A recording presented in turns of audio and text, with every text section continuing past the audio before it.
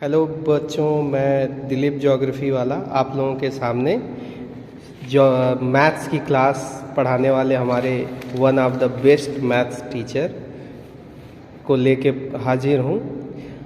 तो सर, आपका सबसे पहले मैं स्वागत करता हूँ अपने चैनल पर। Thank you sir. और दूसरी बात है कि आप जानते हैं क्लास 10th के बच्चों का मैथ का पेपर है, तो मैं आपसे आशा करूँगा कि बच्चों को कुछ टिप्स देंगे आप।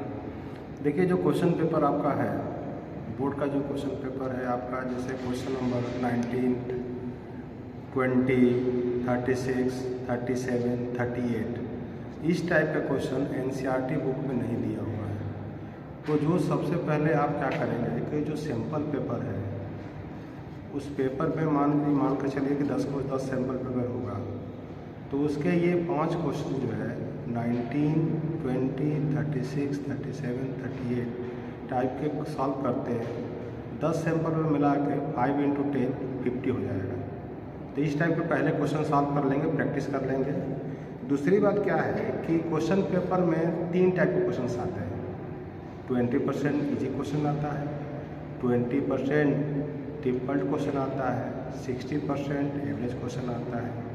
बहुत सारे स्टूडेंट क्या करते हैं कि इजी क्वेश्चन और एवरेज क्वेश्चन को छोड़ करके डिफ़िकल्ट क्वेश्चन यानी जो 20% आपका क्वेश्चन आता है उस पर लग जाते हैं, जिससे एग्ज़ाम में जो इजी क्वेश्चन है और जो एवरेज क्वेश्चन है उसके गलत होने की प्रोबेबिलिटी बन जाती है। और यदि ये 20% डिफ़िकल्ट क्वेश्चन पर प्रैक्टिस करते हैं तो आप ये मान के चलिए कि 20 का 20 होने की चांसेस कम है। तो इस तरह से आपके एग्ज़ाम में हर तरह के क्वेश्चन का प्रैक्टिस करना बहुत ज़रूरी है। तीसरा पॉइंट आपका है, होता क्या है कि एग्ज़ाम के समय में हम लोग क्या करते हैं, बहुत सारे साइड बुक को प्रैक्टिस करने लेते हैं, सैम्पल पेपर को प्रैक्टिस करने लेते हैं, पेपर को सॉल्व करने लेते हैं, लेकिन हमारे पास टाइम कम होता है और जो भी एग्ज़ाम का पेपर्स होता है एनसीईआरटी के थोड़ा इधर उधर बनता है। तो मेरा एडवाइज आपकी तरफ से ये है, मेरे तरफ से, कि आप क्या करेंगे, पहले एनसीईआरटी का कॉन्सेप्ट, एग्जाम्पल और उसके बाद क्वेश्चन सॉल्व करेंगे। तो इसे आपके लिए बोर्ड के लिए बहुत ही ज़्यादा बेनिफिशियल होगा।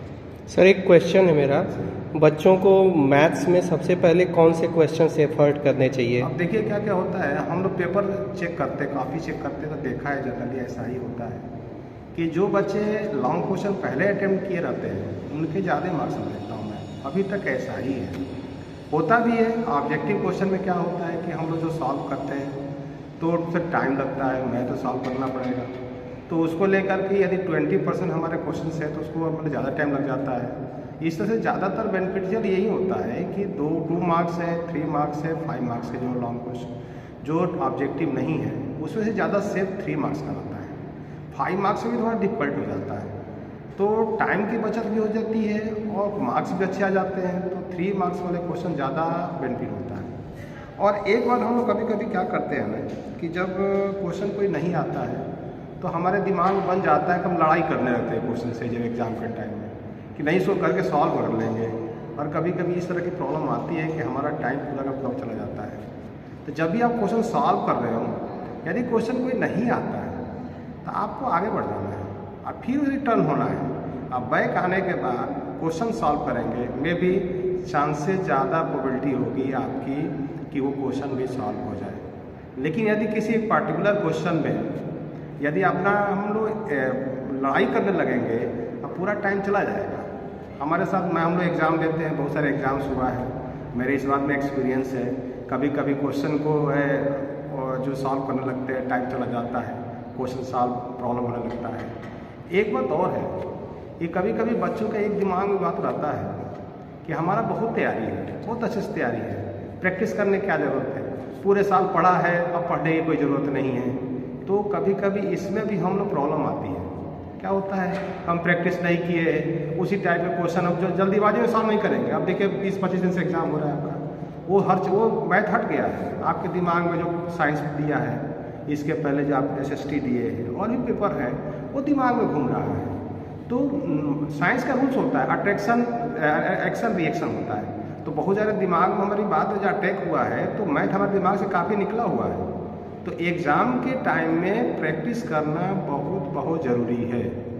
और सबसे पहले कॉन्सेप्ट को, फॉर्मूले को देखना ज़रूरी है, क्योंकि कभी कभी उस क्वेश्चन को जरूर फॉर्मूले को नोट करके तैयार कर लेना चाहिए जो कि एग्ज़ाम के टाइम में फंसा है। दूसरी बात ये है कि जिस समय आप पढ़े हुए हैं उस समय आप देखते होंगे कुछ क्वेश्चन फंसे होते हैं, उसके क्वेश्चन फंसने की प्रोबेबिलिटी भी बढ़ जाती है।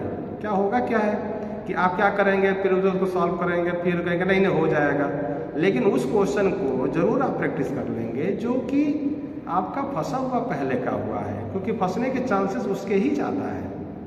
और रह गई बात कि यदि हम लोग का कोई यही बताया था हमने कि पेपर जो सॉल्व करते हैं पहले आप प्रैक्टिस कैसे करेंगे, ये भी बड़ी बात है। तो जैसे अलजेब्रा होता है तो ये यूनिट वाइज सॉल्व करना चाहिए। अलजेब्रा का अलग कर लीजिए, फिर ज्योमेट्री का अलग करिए, मेंसुरेशन का अलग करिए।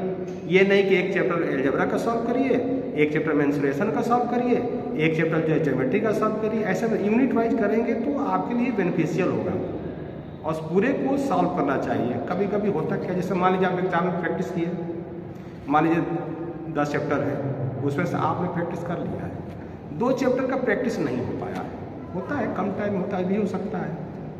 तो 2 टाइम कम से कम फार्मूले और उसके एग्जाम्पल सॉल्व कर लीजिए। और कम से कम एग्जाम्पल ही सॉल्व करने का टाइम नहीं है तो कम से कम फार्मूले कॉन्सेप्ट को जरूर समझ लीजिए, क्योंकि पहले का तो आपने सॉल्व किया है, तो अभी जल्दी जल्दी फार्मूला भी पढ़े रहेंगे तो कम से कम होने की चांसेस ज़्यादा होता है। एक चीज़ और सर, मान लीजिए कुछ बच्चे ऐसे भी हैं जिनके पास होने के भी लाले पड़े हैं, ऐसे बच्चों के लिए क्या टिप्स देंगे? अब यही जो है सबसे बड़ी बात है कि आप नए चैप्टर्स पढ़े नहीं, आप जो पहले चैप्टर पढ़े हुए हैं उसको ही प्रैक्टिस करें, तो उसको अच्छे से प्रैक्टिस करें। और आप देखिए ऑब्जेक्टिव क्वेश्चन के मैं बता रहा हूँ आपको, ऑब्जेक्टिव में क्या है कि कुछ क्वेश्चन, देखिए एक बात भी और होता है, हम लोग एक ऑब्जेक्टिव जो सॉल्व करते हैं उसके लिए मेथड्स होता है, किस मेथड से सॉल्व करते हैं। एक डायरेक्ट मेथड सॉल्व करते हैं, डायरेक्ट नहीं आया तो दूसरा पॉइंट आता है हम लोग का heat and trial method. Heat and trial method क्या होता है, 4 ऑप्शन है, उस ऑप्शन को देख करके सॉल्व करते हैं, कौन आया नहीं आया, तो उसके दूसरा मेथड तो ये हो गया हीट एंड ट्रायल मेथड। और तीसरा होता है एलिमिनेशन मेथड। एलिमिनेशन मेथड क्या होता है, मान लीजिए 4 ऑप्शन है, उसमें से मान कर चलिए कि 3rd और 4th नहीं हुआ, हटा दिए, अब बचा हम लोग का 1 और 2, तो 1, 2 में सही होने की चांसेस आपकी बन गई, तो 1, 2 में से कोई भी एक टिक करते हैं तो आपकी 50% सही होने की प्रोबेबिलिटी हो गई। ऐसे भी कब देखिए एग्जाम में क्या होता है ना, जो नंबर मिलते हैं हम लोग भी काफ़ी चेक करते हैं, काफ़ी चेक कराते भी हैं, ऐसा भी है। तो हमने ये देखा है कि जो मार्क्स मिलता है बोर्ड में नंबर ढूंढ के दिए जाते हैं, उसे रेटेड लिखा हुआ है। तो मान लीजिए कि पहले का ऑप्शन ए है, उसमें कुछ और लिखा है, दूसरे का ऑप्शन बी है, पहले का ऑप्शन ए और बी दोनों में से कोई हो सकता है, एक का ऑप्शन लिख दीजिए, एक को लेटर लिख दीजिए, तो एग्जाम में मेरे हिसाब से नंबर दे देगा।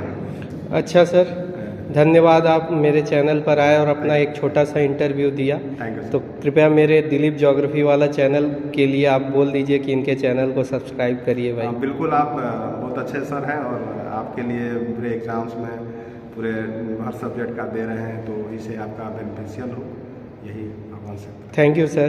तो दिलीप ज्योग्राफी वाला चैनल को आप सभी लोग सब्सक्राइब करते रहिए, शेयर करते रहिए। आप लोगों के सामने मैं ऐसे ही नए वीडियोस लेके आता रहूँगा, और भी अच्छी वीडियोस और अच्छे टीचर्स के द्वारा टिप्स दिए हुए वीडियोस में लाऊंगा। आपसे इसी वादे के साथ मैं विदा लेता हूँ। Thank you, have a nice day. देखिए तो